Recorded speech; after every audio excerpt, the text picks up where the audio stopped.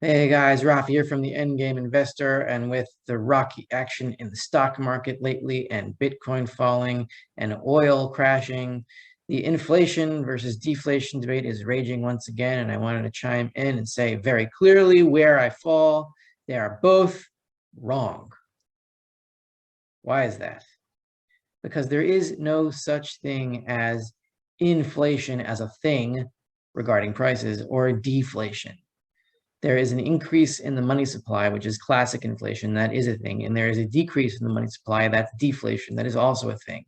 There is never deflation in the classic sense because central banks are always adding to the money supply. Regarding price gains, which are called inflation, it depends on what prices are going up and what prices are going down. There is never any such thing as a general rise in consumer prices because consumer prices is not a thing. There are prices of different things that consumers buy. One of the most confused economic commentators online and well known is Mike Shedlock, who frankly has no idea what he's talking about when it comes to rising prices. In this article, I would like to comment and, as is my wont, correct certain egregious errors made. Mish falls firmly in the deflation camp, by which he means falling consumer prices, and he uses the bond market curve flattening to prove his point, or to illustrate his point, because it's not proven. His point is wrong. This is what Mish says in a December 3rd blog on Mish Talk. Huge bond flattening continues. What does it mean? What's it mean? He has a nice subtitle here with a embedded tweet that he made. Says Mish, by the time the Fed finishes tapering and gets around to hiking, will that even happen? There will not be much inflation. Inflation is in the rearview mirror. That is the clear message from the bond market to anyone paying attention. So here he says, if you are paying attention instead of screaming about inflation, by which he means price increases on the consumer level, the answer is pretty easy. By the time the Fed finishes tapering and gets around to hiking, will that even happen? There will not be much inflation. Inflation is in the rearview mirror. That is the clear message from the bond market. That's not only wrong, that is so wrong. And why is it so wrong?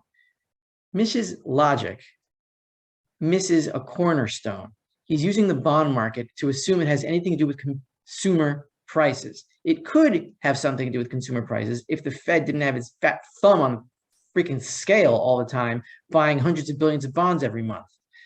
The bond market is filled with traders who are not worried about consumer prices because consumer prices are already rising 6.2% and interest rates are less than 2%. So why would anyone own any bonds if they're guaranteed to lose over 4% a year in purchasing power?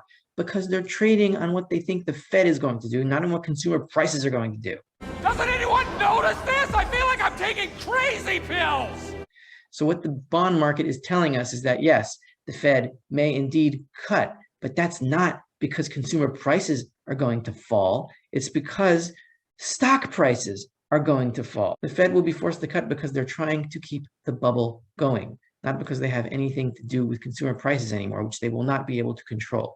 So Mish is right. There is going to be deflation, meaning falling prices in asset prices, in stocks, in bonds, in real estate, not in consumer goods.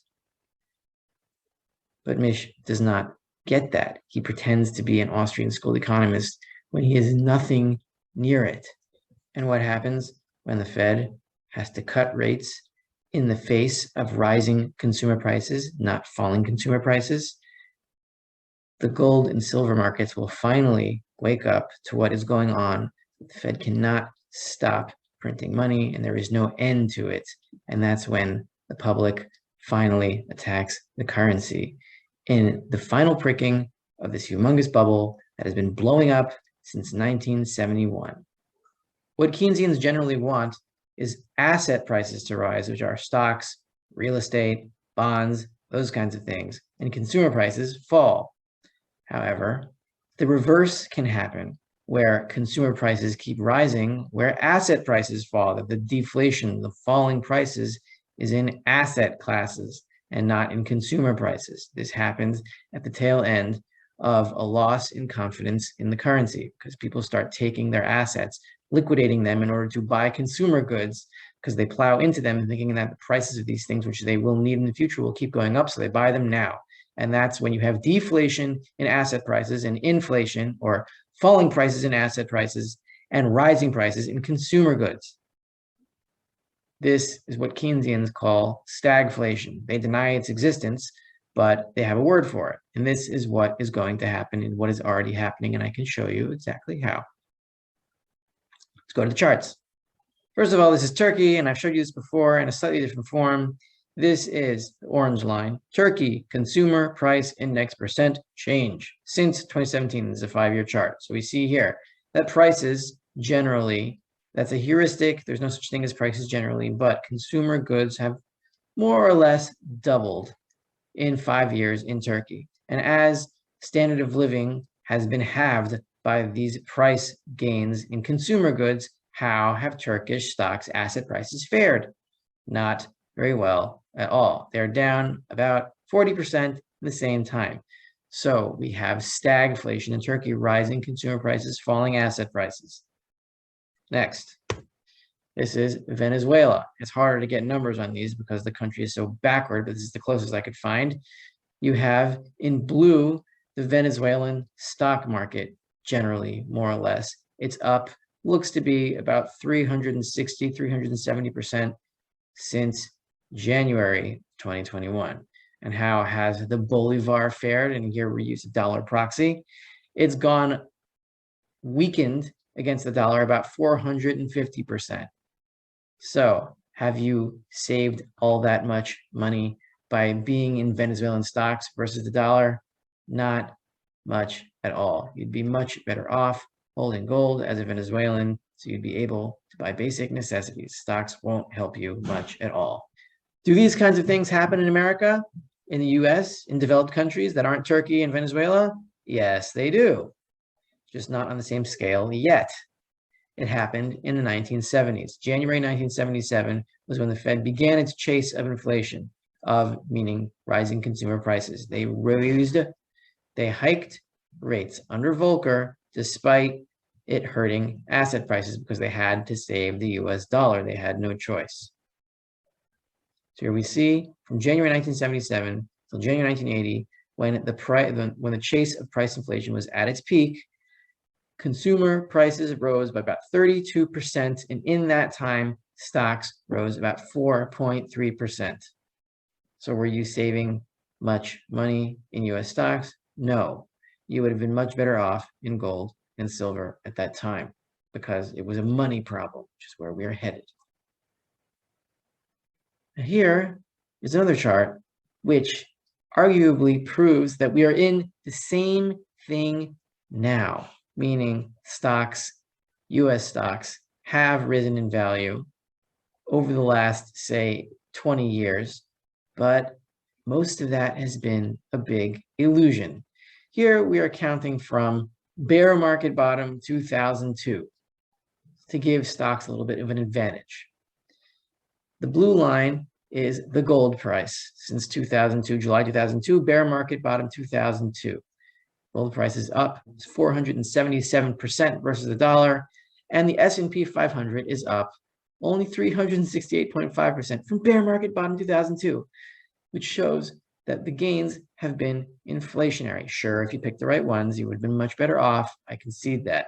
But what this shows is that there is a money problem here, a money problem that is about to reveal itself in all of its horrible glory very soon.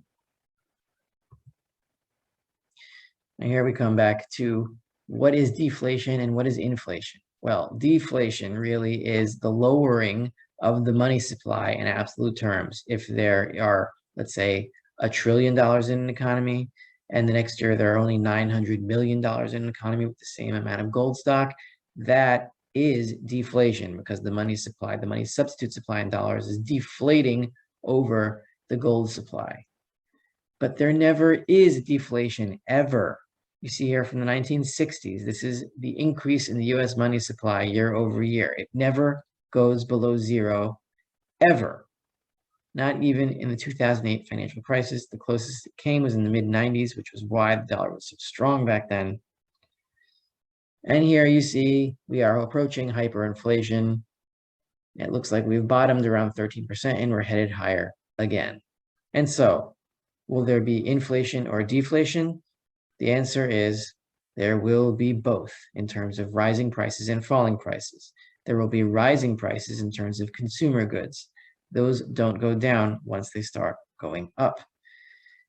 There will be falling prices in terms of bonds and stocks and other paper assets. As they fall and people lose their gains in their portfolios, they will realize that they have to take their money out, what remains of it, and chase consumer goods even faster because the prices won't stop going up, because production costs don't go down, and there are still supply issues and bottlenecks everywhere that will not get solved by the falling of asset prices. That will only make things worse as bankruptcies spread.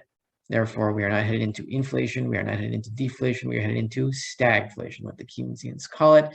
And during times of stagflation, the place to be is in real money, so that whatever remains after this process is through can be purchased as the world clamors for a stable, solid monetary medium once again. This is Raf of the Endgame Investor. Hope you come out on the right side of this. Please follow me at the Endgame Investor, link in the description below. Have a good week. Happy inflation, happy deflation. In case I don't see ya, good afternoon, good evening, and good night.